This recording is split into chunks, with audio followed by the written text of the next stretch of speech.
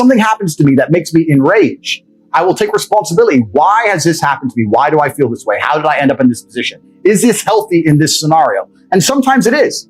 I've had scenarios in my life where I was prepared to die to protect somebody else, and I was enraged, and it was healthy. I've also had times where I'm in a room by myself, enraged, sitting there going, this is no good for anybody. I need to just calm the fuck down. Mm-hmm. So emotions are feedback, but stoicism is the ability to process them.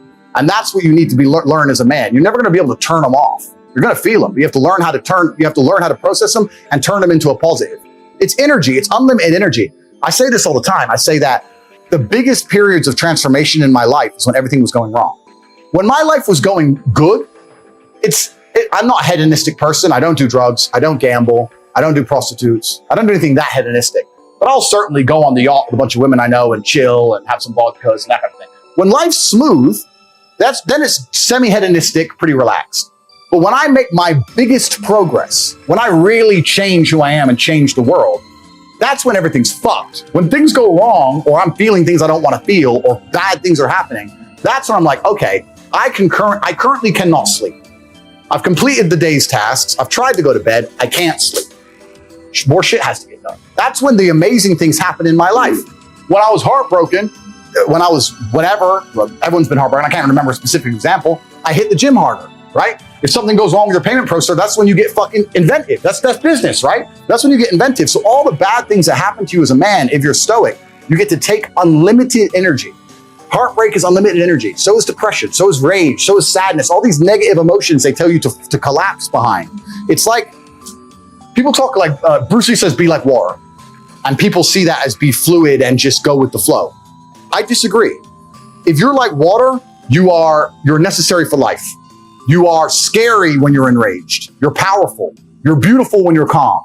You're so many things when you're like water, right? So if I'm enraged, it's like water behind a dam. You just got to put the dam in place, and you got to get the turbo, the hydroelectrics put in. Don't tsunami your life. Put the energy somewhere. And this is the most beautiful thing about it, because people message me all the time like, oh, but Tate, you don't know how sad I feel. No, incorrect. I know exactly how sad you feel. Difference is I used it. And you're sitting here still crying, some random guy on email for the fucking third month in a row. That's the difference between you and me, my friend. I was becoming a world champion kickboxer. I got to a point into it. People often talk about depression and say I don't understand it. I will say, listen, there's been times in my life where I was fully functional as an adult. I would never label myself depressed because I don't believe in the idea of labeling myself in a negative, because I don't believe in things that take power from me, which we'll talk about in a second. But there's been times in my life where I didn't give a fuck if I lived or died. There's been times in my life where I went to fight a man for money, and I didn't give a shit if I lost and even woke up again. Didn't give a fuck. I had nothing worth living for. I was brokey, didn't have a girlfriend, didn't have any fucking money. Got a 2-day call to fight some world champion. Had to lose 10 kilos in 2 days. Had nothing else going for me. Got on a plane to Dagestan and fucking won. There's been times I've done that. By all conventional wisdom, I was depressed. I was suicidal. But I was just like, no, I don't give a shit. And that's when I was at my most powerful. Now if I get that call, I'm like, bro, I got a new car outside and shit. I'm not going to Dagestan, bro. Going to where? Sorry, how much money? Nah. But back then I was like, yeah, cool. Who is he? Oh, this guy. All right, fine. I didn't give a fuck. I was most powerful when I was sad, when I was depressed, when all these things. Mm-hmm. And the difference was the framing. I have earned my happiness via hard work. It's the top of a mountain which I have climbed. I deserve it. I deserve to go to sleep with a smile on my face. That's what I deserve. And every single guy who hasn't got it probably doesn't deserve it. The universe is very giving and very fair. People seem to think that the world is unfair, and those are all the same people who tell themselves they're unlucky. I actually believe the opposite. I believe the universe is a very giving place. I believe God is a very giving being, and that the world, all in all, generally balances out and is pretty fair. If you're the kind of person who deserves a good life and works their ass off and genuinely wants it and tries very hard, guess what you get 99% of the time? A good life.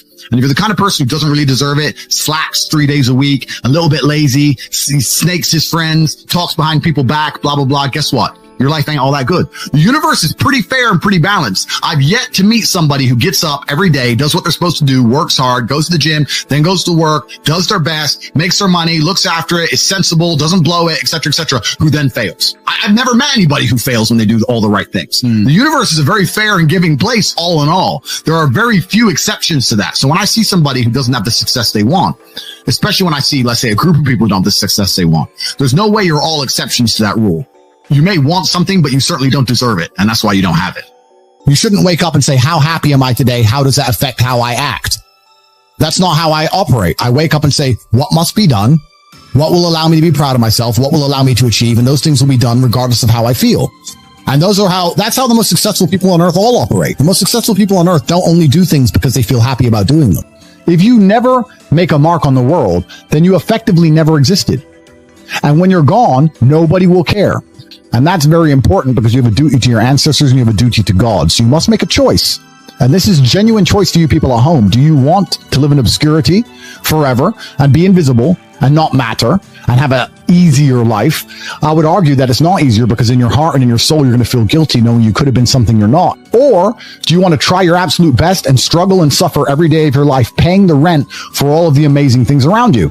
We pay endless rent. We pay rent for our bodies. We pay rent for our relationships. We pay rent to keep our kids. We pay rent to keep our business. We pay rent to keep our freedom. Every single day is work to pay the rent. It's absolutely never ending. And you have to make that choice. So if you have a pen and paper in front of you, you need to decide, do you want to be invisible with a lower rent bill, or do you want to be important and work hard and suffer to make sure that the rent is paid? It's a choice you must make, and it's binary, and you must be extremely dedicated towards the decision you finally make. I refuse to accept that there are people out there who cannot become happy, contented individuals. I refuse to accept we live in a world where God has created people who, no matter how hard they work and how good their life becomes, can't be happy. I don't accept that. I accept that the universe is a very giving place and that God loves all of us. And if you try your best and you work hard, you can become a better person. The beauty of life as a man is to be great. So you have to sit here and ask yourself, do you want to be a happy loser that's insignificant? Nobody knows you exist. Women don't respect you. Men don't respect you. Nobody cares if you live or die, but you get to smile all the time. Or do you want to be one of the most important people on the planet with a little bit of stress? Alternatively, you can go out there into the world, try and implement your mark on the world, work hard, try to get rich, more money, more problems. You can try and start a business, the stress of that. You can lose your girlfriend because all you're doing is working. This is a new level of stress, a new level of trauma, but at least you'll be a somebody at the end of it. As a man, there is no easy life. Your life is not about being easy. Your life is not about being happy. Your life is always going to be difficult. All of the pain you feel, all of the sadness you feel, you're supposed to feel as a man, and you have two effective binary choices. You either go through the suffering and go through the trauma and go through the hardship it takes to be a man of value, or you suffer eternity as a nobody. There's two ways to suffer. You either suffer as becoming a somebody, or you suffer as a perpetual and forever nobody. You can hunker down, truthfully, yes. But I believe the best protection is adaptability. Yes. I think that that's been proven endlessly throughout time. And nature and history. Yeah. And nature, you talk about nature. A big lion with no natural predators, if you make a loud noise or shoot a gun, he will flinch. He understands, even though he has no predators, he's not too calm to flinch. He'll hear a noise and flinch. Dad said something. I remember once he said it. I hear loud noises and flinch, and people look at me like I'm crazy. You're not cool or calm for not reacting. You're a prey. You think you're too cool to flinch. You hear gunshots. I'm mystical. You're the first one to get shot. Yeah. You're the first dude to die. And the